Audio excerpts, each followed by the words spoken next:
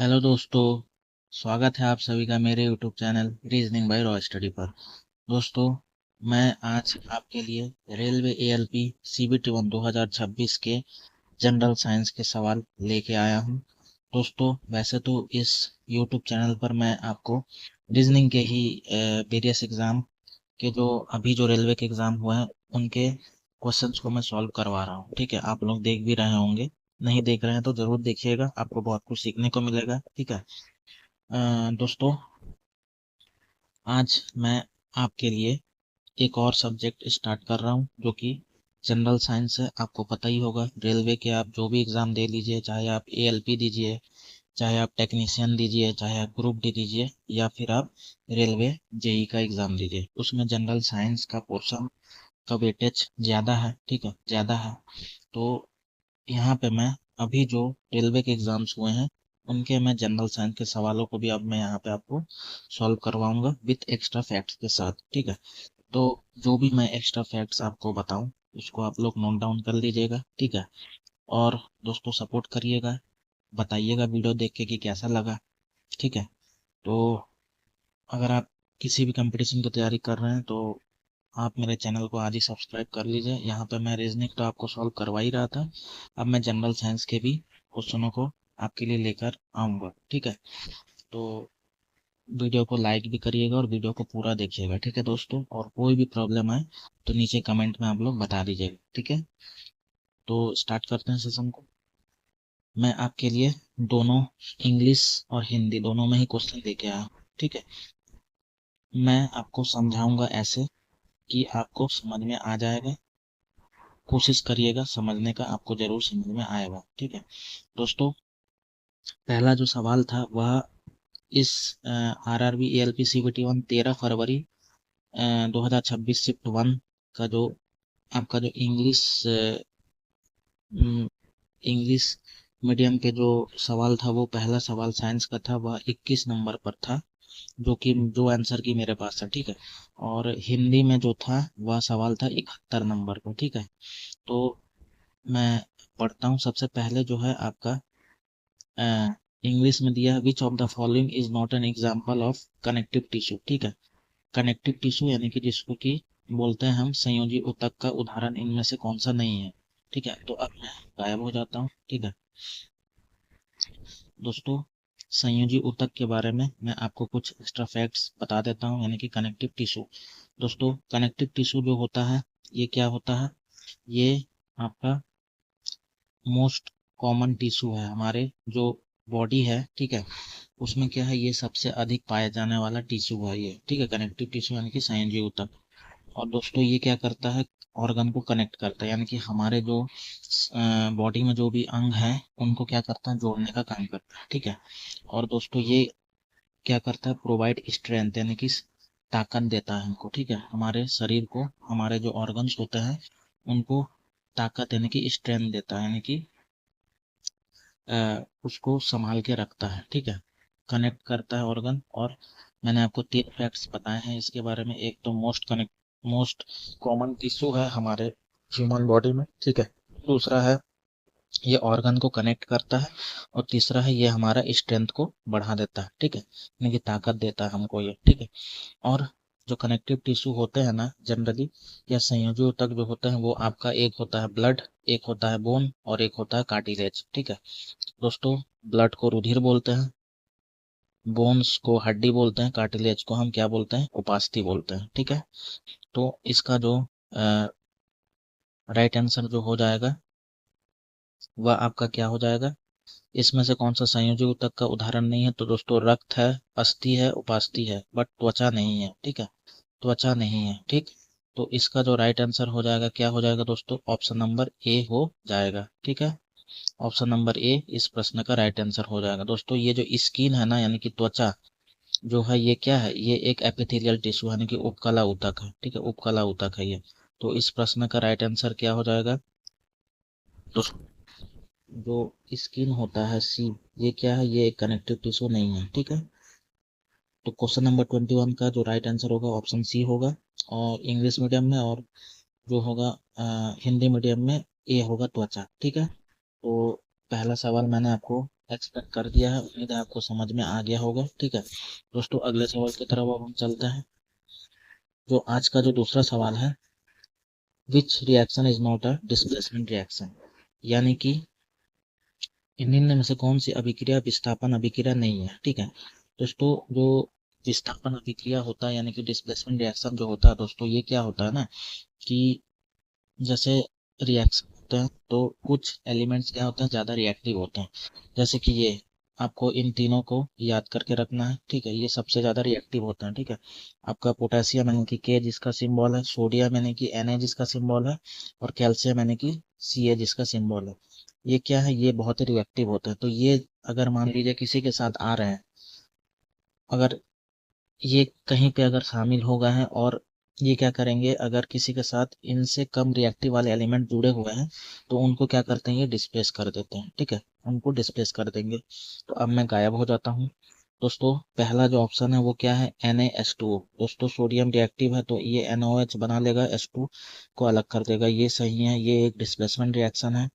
दोस्तों उसके बाद है ये HCl के साथ NOH। ठीक है, और ये पहली बात तो ये सोडियम क्या है, ये देखिए रिएक्टिव है, ये कभी OH को जोड़ छोड़ेगा ही नहीं। मतलब इस सोडियम को ये जो आपका जो क्लोरीन है वो हटा नहीं सकता। ठीक है, क्यों नहीं हटा सकता, क्योंकि सोडियम बहुत ही रिएक्टिव है और उसको अगर हटाना है तो उसके लिए पोटेशियम की जरूरत पड़ेगी, क्योंकि उससे ज़्यादा रिएक्टिव कौन है, पोटेशियम है। तो इस वजह से यही जो है आपका ऑप्शन नंबर बी ही जो है ना, इसका राइट आंसर हो जाएगा। ठीक है दोस्तों, और उसके बाद देख लीजिए ये जो आयरन है, तीसरा में जो दिया है ना, जो आयरन जो दिया हुआ है, इसको मैं मिटा दे रहा हूँ। ठीक है, ये जो आगे जो ऑप्शन में जो दिया है, आयरन के साथ ये कॉपर सल्फेट जुड़ा हुआ है, और फिर आयरन जो है कॉपर को हटा के डिस्प्लेस करके यानी कि विस्थापित करके SO4 के साथ जुड़ जा रहा है, यानी कि फेरस सल्फेट बना ले रहा है। तो ये भी जो है, जो आयरन होता है ना, वह क्या होता है, कॉपर से अधिक रिएक्टिव होता है। ठीक है दोस्तों, आयरन जो होता है ना, वह कॉपर से अधिक रिएक्टिव होता है। तो इस वजह से देख लीजिए आप लोग कि ये आयरन जो है CuSO4 से कॉपर को हटा के खुद जुड़ गया SO4 के साथ, फिर सल्फेट बना लिया। और ये जो ऑप्शन डी है देखिए, जिंक और H2SO4, इसमें भी जिंक रिएक्टिव है, तो जिंक ने हाइड्रोजन को हटा के जिंक सल्फेट बना लिया है। ठीक है, तो ये ऑप्शन है, ऑप्शन सी, ऑप्शन डी, ये तीनों के तीनों डिस्प्लेसमेंट रिएक्शन यानी कि विस्थापित रिएक्शन के एग्जाम्पल है। बट ये जो दूसरा वाला है, ये मैंने आपको बता दिया कि ये क्यों नहीं है। ठीक है, तो अब मैं आ जाता हूँ। तो आप, उम्मीद है आपको समझ में आया होगा। तो इस प्रश्न का right answer option number B हो जाएगा। ठीक है, और आपका जो हिंदी में हो जाएगा, कौन सा नहीं होगा दोस्तों, ये आपका ये ऑप्शन नंबर डी हो जाएगा। ठीक है, क्योंकि Na बहुत ही रिएक्टिव है, आपको मैंने यहाँ पे रिएक्टिविटी सीरीज बता दिया है। सोडियम बहुत रिएक्टिव होता है तो उसको नहीं हटा सकता ये क्लोरीन। ठीक है, तो उम्मीद है कि आपको समझ में आ गया होगा यह प्रश्न। इसका जो right answer option number D हो जाएगा। ठीक है दोस्तों, अगले सवाल की तरफ चलते हैं। दोस्तों सवाल है कि एक tuning fork is struck harder, which of the following increases as a result. ठीक है, जो हिंदी में दिया हुआ है वह है, एक ट्यूनिंग फॉर्क, इसको दोस्तों इंग्लिश में भी ट्यूनिंग फॉर्क बोलते हैं, हिंदी में भी ट्यूनिंग फॉर्क बोलते हैं, को अधिक जोर से मारा जाता है तो इसके परिणाम स्वरूप निम्नलिखित में से क्या बढ़ता है। ठीक है, क्या बढ़ेगा। तो दोस्तों इसका मैं आपको एक्स्ट्रा फैक्ट्स बता दे रहा हूँ, आप लोग उसको नोट डाउन कर लीजिएगा और अच्छे से समझिएगा दोस्तों। ठीक है, अब मैं गायब हो जाता हूँ। दोस्तों ट्यूनिंग फॉर्क जो होता है ना, वो क्या है, एक यू शेप्ड मेटालिक इंस्ट्रूमेंट होता है। ठीक है, ये क्या है, एक यू शेप्ड का मेटालिक इंस्ट्रूमेंट होता है, जो कि दोस्तों स्टील और एल्यूमिनियम का बना होता है। स्टील यानी कि इस्पात और एल्यूमिनियम का बना होता है। दोस्तों जब आप इसको रबर पैड में मारेंगे ना, रबर पैड में जब आप ट्यूनिंग फॉर्क को मारेंगे तो आपको क्या होगा कि साउंड प्रोड्यूस होगा। ठीक है, जब आप ट्यूनिंग फॉर्क को रबर पैड में मारेंगे तो उससे क्या होगा, वाइब्रेट होगा, वाइब्रेशन होगा, और ध्वनि यानी कि साउंड प्रोड्यूस होगा। ठीक है, तो उससे क्या होता है दोस्तों, आपका जो एम्पलीट्यूड है ना, आयाम जिसको हिंदी में बोलते हैं वो क्या होता है, बढ़ जाता है। क्या हो जाता है, बढ़ जाता है। ठीक है, तो इस प्रश्न का जो राइट आंसर हो जाएगा दोस्तों ऑप्शन नंबर डी हो जाएगा। ठीक है, एम्पलीट्यूड बढ़ जाता है जब आप ट्यूनिंग फॉर्क को struck harder, which of the following increases as a result, amplitude only. ठीक है, क्वेश्चन नंबर 32 का right answer option number D होगा। और जो हिंदी मीडियम वाले में जो हो जाएगा इसका केवल आयाम बढ़ जाता है। ठीक है दोस्तों, तो option number B Hindi medium वाले में आंसर राइट आंसर होगा। ठीक है दोस्तों, उम्मीद है को समझ में आया होगा। ठीक है दोस्तों, जो भी एक्स्ट्रा फैक्ट्स मैं आपको बता रहा हूँ आप लोग उसको नोट डाउन कर लीजिएगा, आपके आगामी एग्जाम्स के लिए बहुत ही इंपॉर्टेंट होने वाले हैं ये। ठीक है दोस्तों, अगले सवाल की तरफ चलते हैं। दोस्तों सपोर्ट करिएगा, ठीक है, बताइएगा कैसा लगा आपको वीडियो। मैं पूरा एक्सप्लेन करने की कोशिश कर रहा हूँ, उम्मीद है आपको जरूर समझ में आएगा। ठीक है दोस्तों, अगला जो सवाल है वो है विच of the following best describes heterogeneous mixture, यानी कि निम्नलिखित में से कौन सा विषम मिश्रण का सर्वोत्तम रूप से वर्णन करता है। ठीक है दोस्तों, होमोजीनस यानी कि विषम के बारे में मैं आपको कुछ एक्स्ट्रा फैक्ट्स बता रहा हूँ, वो आप लोग नोट डाउन कर लीजिएगा। ठीक है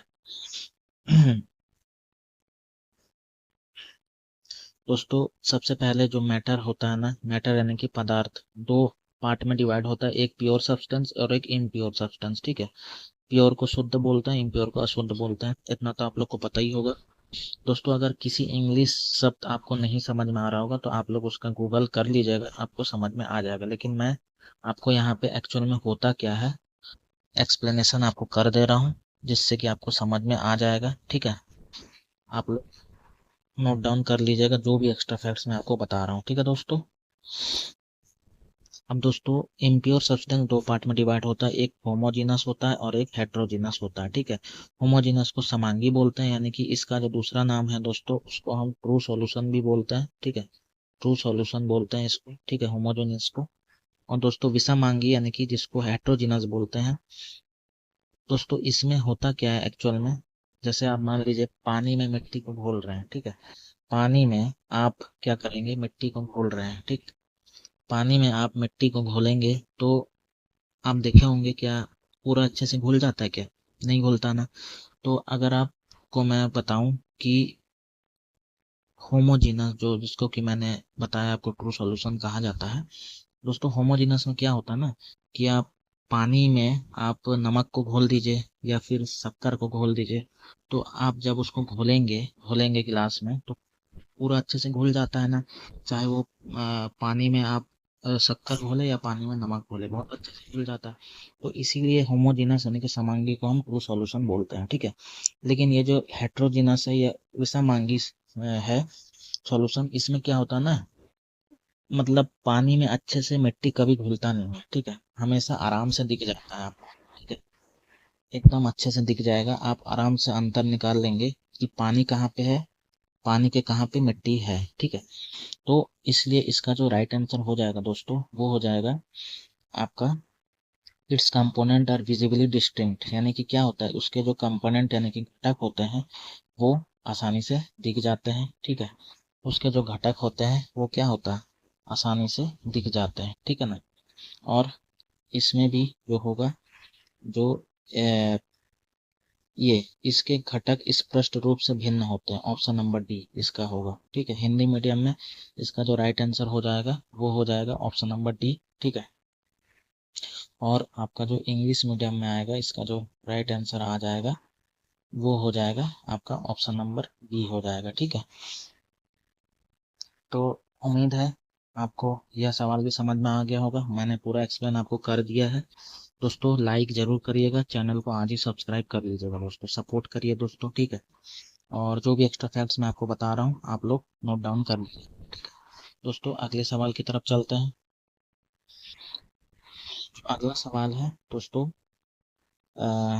वो है कि if an object is moved from beyond the centre of curvature towards the focus in front of a concave mirror the image is, यानी कि दोस्तों सेंटर ऑफ कर्वेचर के आगे फोकस की तरफ जब आप वस्तु को रखेंगे तो कॉनकेव मिरर में, तो आपका इमेज कहाँ पे बनेगा या क्या होगा। ठीक है, हिंदी में जो लिखा हुआ है वो है यदि किसी बीम को वक्रता केंद्र से आगे अवतल दर्पण के सामने फोकस की ओर ले जाया जाता तो प्रतिबिंब कहाँ बनेगा। ठीक है, तो दोस्तों इसको मैं एक्सप्लेन आपको कर रहा हूँ। ठीक है दोस्तों, सी यानी कि वक्रता केंद्र जिसको बोलते हैं। ठीक है, फोकस यानी कि ये फोकस को फोकस ही बोलते हैं, पोल को पोल बोलते हैं। ठीक है दोस्तों, ये क्या है, एक कॉनकेव मिरर है। ठीक है, ये क्या है, एक कॉनकेव मिरर है। दोस्तों कॉनकेव मिरर में जो रिफ्लेक्टिंग सरफेस होता है वह अंदर की तरफ होता है। ठीक है, ये है रिफ्लेक्टिंग सरफेस, और ये जो पॉलिशिंग किया हुआ है ये बाहर की तरफ पॉलिशिंग किया हुआ होता है। ठीक है,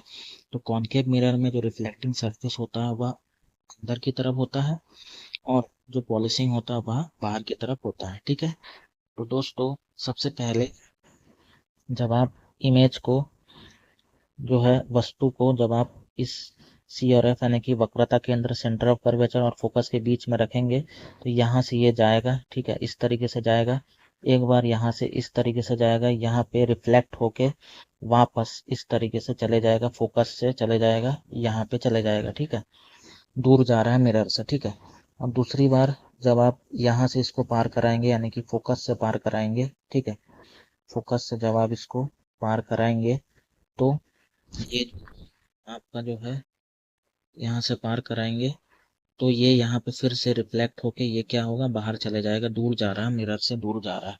यानी कि एक्चुअल में यहाँ पे क्या हो रहा है दोस्तों, जब आप सी और एफ के बीच में है आप वस्तु को रखेंगे तो रिफ्लेक्ट होके कॉनकेव मिरर में वो क्या हो जाएगा, मिरर से दूर जाएगा। ठीक है, प्रतिबिंब आपका दूर में बनेगा, आपको दिख रहा होगा प्रतिबिंब यहाँ पे बन रहा है। ठीक है, इमेज यहाँ पे बन रहा है, और जो इमेज इसमें आपका जो बनता है वो क्या होता है, रियल एंड इन्वर्टेड। रियल यानी कि वास्तविक, इन्वर्टेड यानी कि उल्टा। ठीक है, तो उल्टा और वास्तविक इमेज आपका इसमें बनता है। कॉनकेव मिरर में ये केस एक है, 6 में से एक केस ये है। ठीक है, तो इस प्रश्न का जो राइट आंसर हो जाएगा दोस्तों वो हो जाएगा आपका बिकम्स ये becomes larger and moves away from the mirror. दोस्तों मैंने आपको एक्सप्लेन किया ना कि ये क्या हो रहा है, मिरर्स मतलब इमेज क्या बन रहा है, बहुत बड़ा बन रहा है। ठीक है, और क्या हो रहा है, मिरर से दूर जा रहा है, तो इसीलिए ऑप्शन सी इस प्रश्न का राइट आंसर हो जाएगा। और हिंदी मीडियम में जो हो जाएगा दोस्तों ये ऑप्शन नंबर बी हो जाएगा। ठीक है, बड़ा हो जाता है और दर्पण से दूर चला जाता है। आपको दिख ही रहा होगा कि इमेज क्या हो रहा है, बड़ा हो रहा है और दर्पण से दूर जा रहा है। ठीक है, तो दोस्तों यह सवाल भी आपको समझ में आ गया होगा। ठीक है, ऐसा मुझे उम्मीद है। तो अब हम अगले सवाल की तरफ चलते हैं दोस्तों। ठीक है, जो भी एक्स्ट्रा फैक्ट्स मैं आपको बता रहा हूँ आप लोग जरूर नोट डाउन कर लीजिएगा। ठीक है दोस्तों, अगला सवाल है, during the propagation of sound in air rarefaction is the region where. ठीक है, अब हिंदी में भी प्रश्न को पढ़ लेते हैं। ठीक है, कहा गया सवाल ये है। ठीक है, हिंदी में भी प्रश्न को पढ़ लेते हैं दोस्तों। वायु के ध्वनि के संचरण के दौरान वह क्षेत्र होता है। ठीक है, वह क्षेत्र होता है दोस्तों इसको भी मैं आपको बता दे रहा हूँ एक्स्ट्रा फैक्ट्स के साथ। दोस्तों जो रेयर फैक्शन होता है ना, रेयर फैक्शन जिसको हिंदी में विरलन बोलते हैं, इसमें क्या होता है ना कि इसमें क्या होता है, लो डेंसिटी यानी कि घनत्व निम्न होता है, और लो प्रेशर होता है यानी कि निम्न दाब होता है। ठीक है दोस्तों, ये जो आता है ना, ये जो आता है ये आपका लॉन्गिट्यूडनल यानी कि अनुदैर्ध्य तरंग के अंदर आता है। ठीक है, compression rarefaction, compression rarefaction, compression में क्या होता है दोस्तों, हाई डेंसिटी और हाई प्रेशर होता है। ठीक है, यानी कि उच्च दाब और उच्च घनत्व होता है। लेकिन रेयर फैक्शन में क्या होता है, निम्न दाब और निम्न घनत्व होता है। ठीक है, और ये क्या है, लॉन्गिट्यूडनल वेव का ही में आता है कंप्रेशन रेयर फैक्शन। ठीक है, साउंड जो है इसी का उदाहरण है, ध्वनि। ठीक है, साउंड जो है आपका इसी का उदाहरण है। इसमें क्या होता है, पैरेलल वाइब्रेशन होता है। ठीक है, पैरेलल वाइब्रेशन होता है यानी कि जिस दिशा में आपका जो ध्वनि जा रहा है उसी दिशा में आपका आपका तरंग भी जाता है। ठीक है, तो ध्वनि और तरंग का डायरेक्शन सेम होता है यानी कि पैरेलल होता है दोनों एक दूसरे के।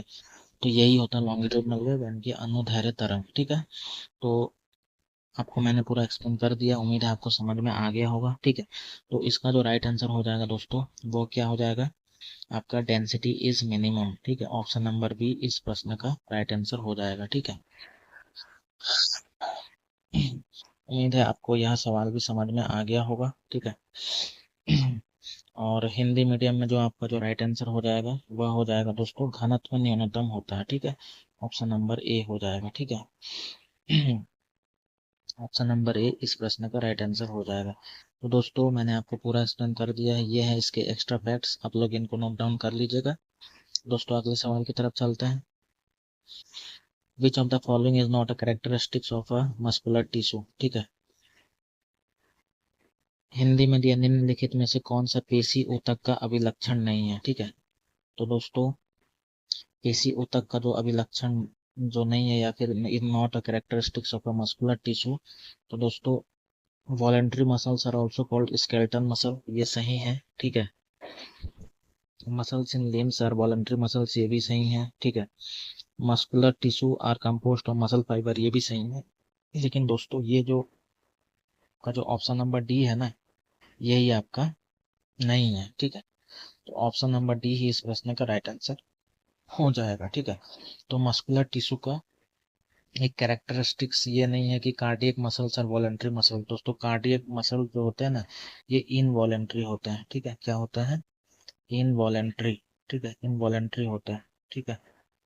ऐच्छिक होते हैं, ऐच्छिक, ऐच्छिक होते हैं, ऐच्छिक, ठीक है। तो ये क्या है? हृदय पेशियां ऐच्छिक पेशियां होती है, यही आपका इसमें गलत है, ठीक है। Option number D. ये क्या है? ये एक इनवॉलंटरी यानी कि अऐच्छिक पेशियां होती है, ये जो हृदय पेशियां यानी कि हार्ट के कार्डियक मसल जो होता है, ठीक है, यानी कि वही हार्ट, ठीक है। तो उम्मीद है आपको यह सवाल भी समझ में आ गया होगा। दोस्तों अगले सवाल की तरफ चलते हैं। अगला सवाल जो है वो है आपका, विच of the following is not line by epithelial tissue, यानी कि निम्नलिखित में से कौन सा उपकला ऊतक द्वारा आस्तारित नहीं है। दोस्तों मैंने आपको आज ही का जो पहला जो सवाल था, ये विच of the following not an example of connective tissue, ठीक है। तो आपको दिख रहा होगा ये ब्लड है, कार्टिलेज है, बोन है, ठीक है। ये देखिए ब्लड, बोन, कार्टिलेज, ये देखिए रक्त, अस्थि, उपास्थि, ये क्या है? ये आपके संयोजी ऊतक है। तो यहाँ पे आपसे यही तो पूछ रहा है कि इनमें से कौन सा उपकला ऊतक द्वारा आस्तरित नहीं है। तो रुधिर दोस्तों एक कनेक्टिव टिश्यू यानी कि कनेक्टिव टिश्यू है, यानी कि आपका संयोजी ऊतक है रुधिर, ठीक है। रुधिर क्या है? एक संयोजी ऊतक है। तो इनमें से कौन सा उपकला ऊतक द्वारा आस्तरित नहीं होता? तो रुधिर यानी कि ब्लड, ठीक है। ब्लड जो है वह एक एपिथेलियल टिश्यू नहीं है, ठीक है।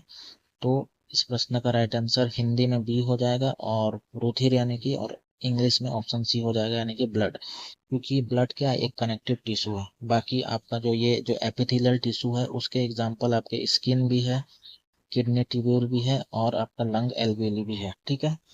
तो आपको ये उपकला ऊतक द्वारा ही ये वृक्क नलिकाएं, उसके बाद त्वचा में पाया जाता है, और फुस्फुसीय कुपिकाएं में पाए जाते हैं, ठीक है। तो इसका जो right answer option number B हो जाएगा, हिंदी में रुधिर और इंग्लिश में ब्लड, ठीक है। तो दोस्तों ये था आज का रेलवे एएलपी सीबीटी 1 2026 के इस 13 फरवरी 2026 शिफ्ट 1 में टोटल 8 सवाल आए हुए थे जनरल साइंस के, जिसको कि मैंने आपको प्रॉपर एक्सप्लेन करके बता दिया है। उम्मीद है आपको समझ में आया होगा हर एक सवाल। दोस्तों वीडियो को पूरा देखिएगा, बताइएगा कैसे लगा, ठीक है। और अपने दोस्तों के साथ भी शेयर करिएगा दोस्तों, और लाइक कर दीजिएगा दोस्तों, सपोर्ट करिएगा, बताइएगा कैसा लगा आपको वीडियो। कोई डाउट होगा नीचे मेंशन कर दीजिएगा दोस्तों। फिर मिलेंगे नए सेशन में। जय हिंद, जय भारत।